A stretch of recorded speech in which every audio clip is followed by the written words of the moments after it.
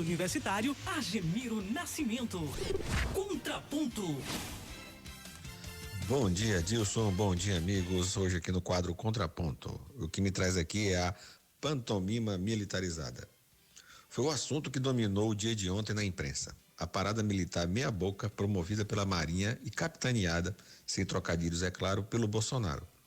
O que se viu foi um espetáculo grotesco e mal acabado, numa tentativa rocambolesca de mostrar força e assim intimidar os dois poderes da República, o Judiciário e o Legislativo.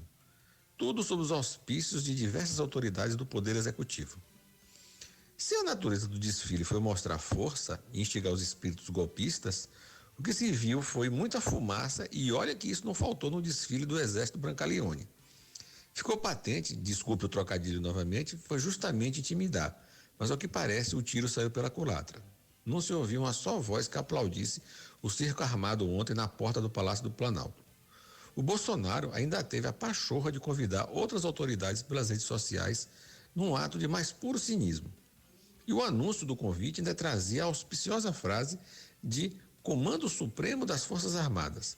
Como o ocupante do Planalto nunca leu a Constituição Federal, por isto, estas frases de efeito demonstram o mais puro desconhecimento daquilo que representa ser o presidente da República aqui no Brasil. Os chefes da Câmara dos Deputados e do Senado se manifestaram afirmando que o ato presidencial não os intimida e nem as suas respectivas casas. A intenção de Bolsonaro era justamente mostrar força em razão da votação da ideia medieval do voto impresso, que foi derrubado ontem na Câmara dos Deputados. Acabou aquela história. Como ainda tem pessoas que respeitam a Constituição Federal e as instituições, a pantomima bélica não surtiu efeito. Se era também para mostrar força e que os militares estão fechados com Bolsonaro, também não logrou êxito. A atitude presidencial foi a maior demonstração de covardia de um político. O desfile mostrou que as alas mais equilibradas das Forças Armadas foram contrárias ao ato. Também, como noticiou ontem a Folha de São Paulo, alguns fardados chamaram o mais golpista dos ministros do Planalto, o da Defesa, de Calabar. Daí se vê que os quartéis não estão coesos e não compraram a ideia de Bolsonaro. A maioria dos brasileiros encararam a passeata dos militares com sarcasmo. E não poderia ser diferente. As atitudes de Bolsonaro no carro que ocupa só têm demonstrado o quão o sujeito é despreparado e embevecido com a ideia de golpe, que só resta ao povo fazer piada. Muito provavelmente a horda que vê tudo que o presidente da República faz é lindo e maravilhoso, ficou perdida. Inclusive um jornalista de pijama que enxerga com lentes cor-de-rosa os atos presidenciais, né, ficou perdido no desfile realizado ontem. Né? Com certeza ele irá para o lixo da história como o Bolsonaro. A desculpa esfarrapada de que o desfile estava agendado há muito tempo é conversa de tanque esfumaçado.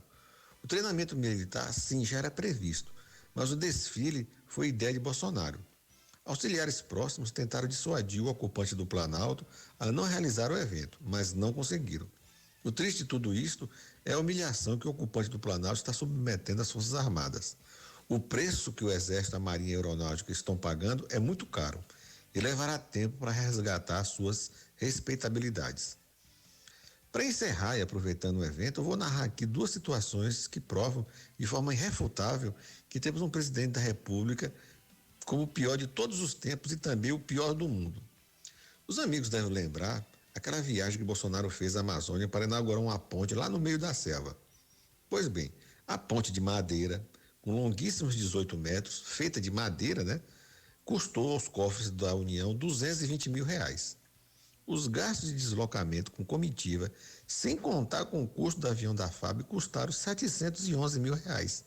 Sim, amigo, você gastou 700 mil para inaugurar uma ponte que custou 220 mil. Obviamente que tem imbecil que não vê nada demais nisso. Se quiserem verificar os valores que eu aponto aqui, é só olhar no site do Planalto e confirmar a história que eu estou contando. Como o Bolsonaro não tem governo, projeto de administração, qualquer coisa que signifique ordenar o país, só resta essas inaugurações meia boca sem nenhum significado. Outra história que ocorreu na semana passada e que eu acho também representa o presidente que temos. Na visita do conselheiro de segurança dos Estados Unidos, no encontro com Bolsonaro na última quinta, portanto, autoridade de primeiro escalão do presidente Biden, ao conversar com ele, né, teve a má educação de afirmar ao conselheiro que as eleições presidenciais americanas foram fraudadas. Imagine, meus caros, o presidente da República recebe um enviado do governo americano e ouve que o chefe desse enviado, o presidente dos Estados Unidos, ganhou as eleições fraudadas. O conselheiro simplesmente não acreditou no que ouviu, manteve a fleuma como um bom diplomata que é. Ele deve, obviamente, ter dito ao presidente americano que o presidente do Brasil afirmou que as eleições que o elegeram foram roubadas. Não é à toa que nenhum chefe de Estado quer encontrar com esse tipo exótico das terras tupiniquins aqui do Brasil. Imagine um presidente informando a um membro do governo de outro país, dizendo que o presidente eleito lá foi eleito por uma eleição roubada. Só na cabeça desmiolada de Bolsonaro. Mas todos esses fatos não são levantados pelo cordão de puxa-sacos galopantes que aplaudem o Bolsonaro. A demonstração de força, que na verdade foi um ato golpista com desfiles militares, os gastos de viagem mais caros que a obra que inaugurou e o desrespeito à autoridade estrangeira é a demonstração cabal do despreparo, da obtusidade e da falta de decoro que ocupa o cargo tão importante como o da presidente da República. Só não vê os seus erros quem não quer. Então, amigos, é o que eu tenho a dizer. Um bom dia a todos e até a próxima segunda-feira. Contraponto.